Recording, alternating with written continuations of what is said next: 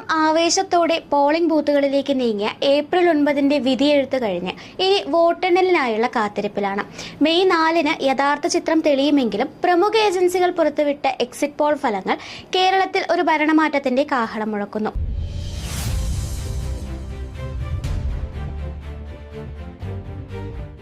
ഒരു പതിറ്റാണ്ടിന് ശേഷം UDF അധികാരത്തിലേക്ക് തിരിച്ചു വരുമെന്നാണ് ഭൂരിഭാഗം പ്രവചനങ്ങളും. നമുക്ക് പ്രധാനപ്പെട്ട എക്സിറ്റ് പോൾ ഫലങ്ങളൊന്ന് പരിശോധിക്കാം. ആക്സസ് മൈ ഇന്ത്യ UDFന് 78 മുതൽ 90 സീറ്റുകൾ വരെ നൽകിക്കൊണ്ട് വൻ വിജയം പ്രവചിക്കുന്നു. മാട്രിക്സ് ഫലങ്ങളും 70 മുതൽ 85 സീറ്റുകൾ വരെ UDFന് നൽകുന്നുണ്ട്. അതേസമയം PMARK പോലുള്ള ചില സർവേകൾ LDFന് 75 സീറ്റുകൾ വരെ നേടി ഭരണ തുടർച്ച ഉണ്ടാകുമെന്ന് സൂചിപ്പിക്കുന്നു. എങ്കിലും ശരാശരി കണക്കുകൾ നോക്കിയാൽ UDF 71 എന്ന മാന്ത്രിക സംഖ്യ കടക്കാനാണ് സാധ്യത കൂടുതൽ. കേരളത്തിന്റെ എക്സിറ്റ് പോൾ സർവേയിൽ UDFന് 82 മുതൽ 94 സീറ്റുകൾ വരെ വരുമെന്ന് പ്രവചിക്കുമ്പോൾ LDFന് 44 മുതൽ 56 സീറ്റുകളിലേക്ക് ചുരുങ്ങുകയാണ്.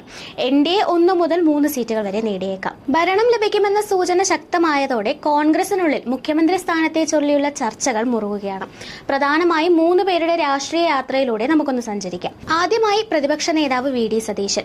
64-ൽ എറണാകുളത്ത് ജനിച്ച VD സതീശൻ KSU കാലഘട്ടം മുതൽക്കേ മികച്ച വാഗ്മിയും സംഘാടകനുമാണ്. MG സർവകലാശാല യൂണിയൻ ചെയർമാൻ സ്ഥാനത്ത് നിന്ന് തുടങ്ങിയ അദ്ദേഹത്തിന്റെ പാർലമെന്ററി ജീവിതം 2001-ൽ പറവൂർ മണ്ഡലത്തിൽ നിന്നാണ് ആരംഭിച്ചത്.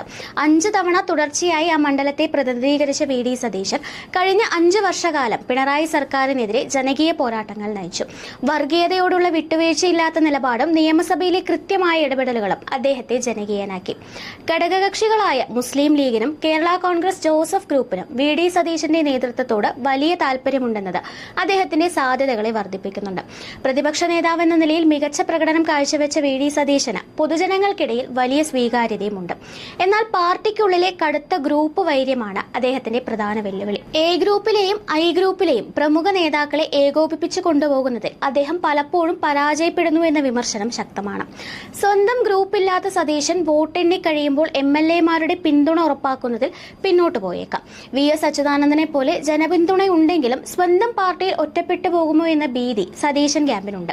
എങ്കിലും കേരളത്തിലെ ജനങ്ങൾ VD സതീശൻ തന്നെ മുഖ്യമന്ത്രി ആവണമെന്ന ആഗ്രഹമുള്ളവരാണ്. രണ്ടാമതായി അനുഭവ സമ്പത്തിന്റെ കരുത്തായി രമേശ് ചെന്നിത്തല. 26-ാം വയസ്സിൽ കേരളത്തിലെ ഏറ്റവും പ്രായം കുറഞ്ഞ മന്ത്രിയായ ചരിത്രമാണ് അദ്ദേഹത്തിനുള്ളത്. NSU ദേശീയ അധ്യക്ഷൻ, KPCC പ്രസിഡന്റ്, ആഭ്യന്തരമന്ത്രി, പ്രതിപക്ഷ നേതാവ് തുടങ്ങി കോൺഗ്രസ് പ്രസ്ഥാനത്തിലെ സകല പദവികളും അലങ്കരിച്ച നേതാവ്.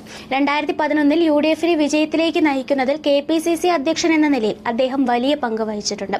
ദീർഘകാല ഭരണപരിചയവും ഹൈക്കമാൻഡുമായുള്ള അടുത്ത ബന്ധവും ചെന്നിത്തലയെ ഈ പദവിയിലേക്ക് ഏറ്റവും യോഗ്യനാക്കുന്നു. തന്റെ രാഷ്ട്രീയ ജീവിതത്തിലെ അർഹമായ അംഗീകാരമായി മുഖ്യമന്ത്രി പദം ഇത്തവണ ചെന്നിത്തലയ്ക്ക് ലഭിക്കുമോ എന്നാണ് അദ്ദേഹത്തെ അനുകൂലിക്കുന്നവർ ഉറ്റുനോക്കുന്നത്. പരിചയസമ്പന്നനായ നേതാവാണെങ്കിലും അദ്ദേഹത്തിന്റെ പ്രതിച്ഛായ തന്നെയാണ് അദ്ദേഹത്തിന് വിനയാകുന്നത്.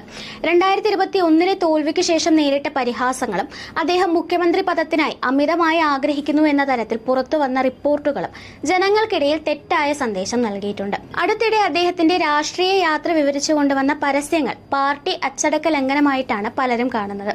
ആധുനിക കേരളം ആഗ്രഹിക്കുന്ന ഒരു പുതുമുഖമല്ല ചെന്നിത്തല എന്ന വാദമുയർത്തി അദ്ദേഹത്തെ തഴയാൻ ഒരു വിഭാഗം കരുക്കൾ നീക്കുന്നുമുണ്ട്. മൂന്നാമതായി ഡൽഹിയിലെ രാഷ്ട്രീയ കരുത്തുമായി KC വേണുഗോപാൽ. കേരളത്തിൽ KSU പ്രസിഡന്റായും യൂത്ത് കോൺഗ്രസ് പ്രസിഡന്റായും 3 തവണ MLA ആയും ടൂറിസം മന്ത്രിയായും പ്രവർത്തിച്ചതിന് ശേഷമാണ് അദ്ദേഹം ദേശീയ രാഷ്ട്രീയത്തിലേക്ക് ചേക്കേറിയത്. രാഹുൽ ഗാന്ധിയുടെ വിശ്വസ്തനും AICC സംഘടനാ ജനറൽ സെക്രട്ടറിയുമായ KC ഇന്ത്യയിലെ പ്രതിപക്ഷ നിരയുടെ തന്നെ പ്രധാന സൂത്രധാരനാണ്. കേന്ദ്രമന്ത്രി എന്ന നിലയിലുള്ള അദ്ദേഹത്തിന്റെ ഭരണ മികവും ഹൈക്കമാൻഡിന്റെ പൂർണ്ണ പിന്തുണയും KCയെ ശക്തനായ സ്ഥാനാർത്ഥിയാക്കുന്നു. എങ്കിലും MP-യെ മുഖ്യമന്ത്രിയായി കൊണ്ടുവരുന്നത് പാർട്ടിക്കുള്ളിലെ പ്രാദേശിക നേതാക്കൾക്കിടയിൽ അസ്വാരസ്യമുണ്ടാക്കുമോ എന്നതാണ് പ്രധാന വെല്ലുവിളി. ഡൽഹിയിലെ കിങ് മേക്കറായ KC നേരിടുന്ന ഏറ്റവും വലിയ വെല്ലുവിളി ഡൽഹിയിൽ നിന്ന് കെട്ടിയിറക്കിയ നേതാവ് എന്നൊരു ലേബലാണ്. MP-മാർക്ക് സംസ്ഥാന രാഷ്ട്രീയത്തിലേക്ക് വരേണ്ടതില്ല എന്ന ഹൈക്കമാൻഡ് തീരുമാനം നിലനിൽക്കെ KCക്ക് മാത്രം പ്രത്യേക പരിഗണന നൽകുന്നത് പാർട്ടിക്കുള്ളിൽ വലിയ കലാപത്തിന് വഴിവെക്കും. K. സുധാകരൻ, MK രാഘവൻ തുടങ്ങിയ നേതാക്കൾ ഈ ഇരട്ടത്താപ്പിനെതിരെ പരസ്യമായി രംഗത്ത് വരാനും സാധ്യതയുണ്ട്.